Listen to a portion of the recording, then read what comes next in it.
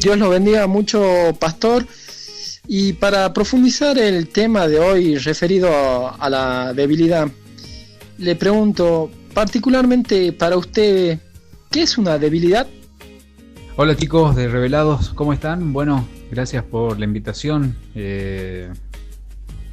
Muy contentos de poder estar en el programa de ustedes. Felicidades por el primer mes del programa, así que saludos a los chicos, no solamente a los que están al aire, sino a los chicos de producción, a los que preparan el programa, a sus líderes también, a los chicos de Jóvenes Fuertes, y Dios siga bendiciendo, porque ya es de bendición este programa. Dios siga bendiciendo a los chicos de Revelados aquí en Radio Amistad. La debilidad, qué buen tema.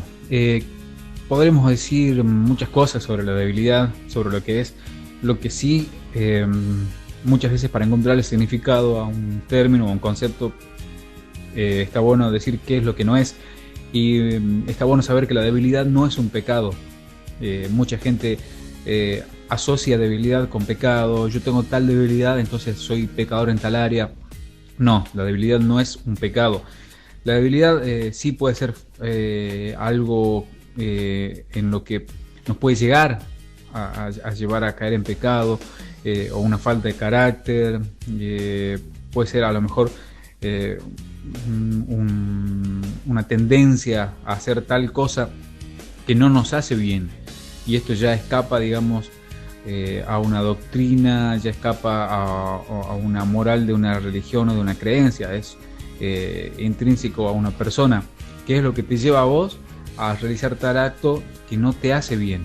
Y si lo trasladamos a la parte de la fe, ¿qué es lo que te lleva a hacer actos o cometer acciones repetidas veces que te hacen o alejar de Dios, o que hacen tambalear tu fe? Alguien dijo algo muy bueno que tiene que ver con que aquel que comete un error no peca. O sea, el error no es un pecado, tener una debilidad no es un pecado. Ahora, cuando ya lo haces conscientemente, ya deja de ser una debilidad y ya deja de ser un error para convertirse, sí, en algo recurrente, en algo, en un pecado. No está mal, como dice alguien también muy bueno, no está mal si te tropezás y caes en el barro. Ahora, si te gusta bañarte en el barro, ya te convertís en un cerdito.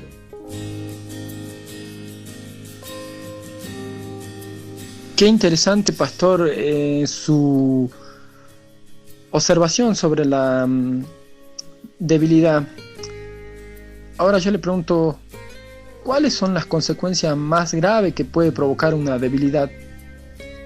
Sí, pueden haber muchas consecuencias, pero creo que a lo mejor lo más grave, lo más triste es que te puede alejar de tu propósito, de tu sueño, y el día que te des cuenta que a lo mejor ya no tenés las fuerzas para caer en esa debilidad, ya va a ser tarde también para cumplir tus sueños. Y mira qué triste esto, porque llegar al final de tus días, o llegar a un punto en tu vida que digas, bueno, he superado esto, voy a retomar mis sueños, mis proyectos, y a lo mejor ya pasaron las oportunidades. Yo por eso siempre digo, no oren o no le pidan a Dios que los aleje de cosas que a ustedes, que a nosotros nos hacen mal, que son nuestra debilidad, que no son nuestra debilidad. Mucha gente ora para que Dios los libre del alcohol, que Dios los libre de los vicios, y a lo mejor no le gusta ni siquiera el alcohol del perfume, pero tenemos otras debilidades, como la falta de honestidad, la falta de asistencia a la iglesia, la falta de apoyar al liderazgo. Esa es nuestra debilidad, andar en chismes, en rumores, hablar mal de otra persona. Esa es nuestra debilidad. Entonces, pedirle a Dios que nos fortalezca esa falta de carácter o de temperamento, justamente para que no llegue el día de que sí, tengamos que hablar algo de serio y decir, qué pena, me quedé sin amigos, me quedé sin iglesia, me quedé sin propósito, me quedé sin sueños, porque no supe tratar a tiempo tal o cual debilidad.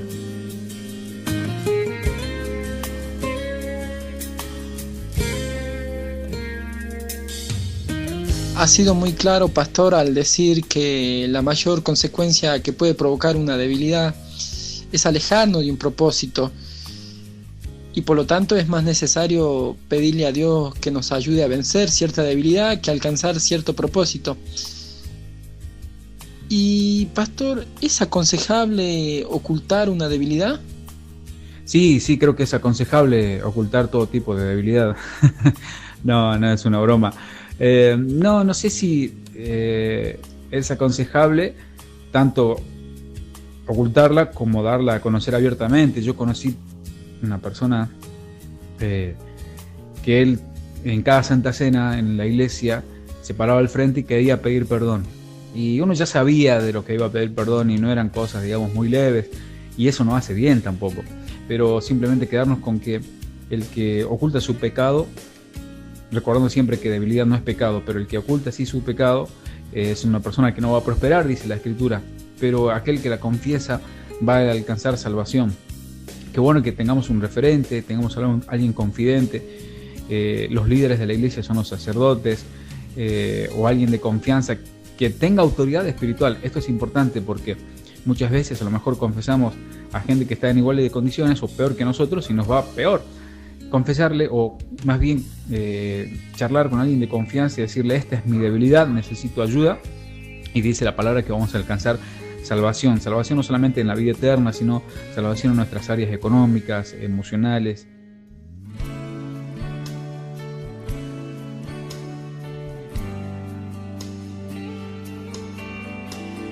Y ahora le hago una pregunta que puede ser de una respuesta fácil o quizás no tanto, y es: ¿se puede estar espiritualmente débil mientras que físicamente no?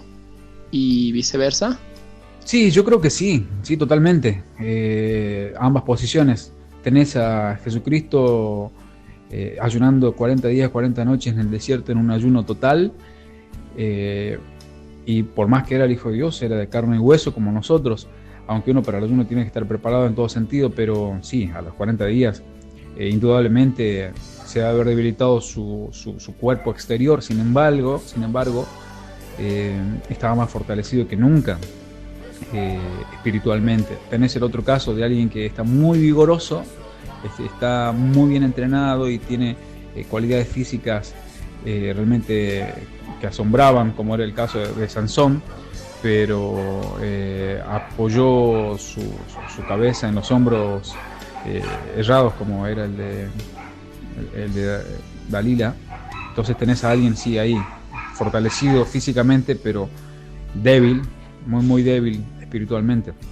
Por eso vemos muchas veces a gente que es humilde exteriormente, por la cual los ojos humanos o la gente dice: bueno, este no va a llegar a ningún lado, o este no tiene ningún llamado de título, digamos, de marquesina, pero sin embargo es gente que ora, que ayuna y que tiene una fortaleza espiritual tremenda porque supo tratar a tiempo sus debilidades.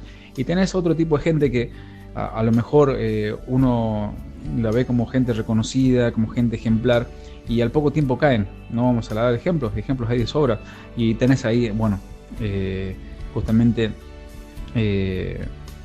personas que no supieron tratar a tiempo sus debilidades, se ven fortalecidas, pero espiritualmente están muy débiles.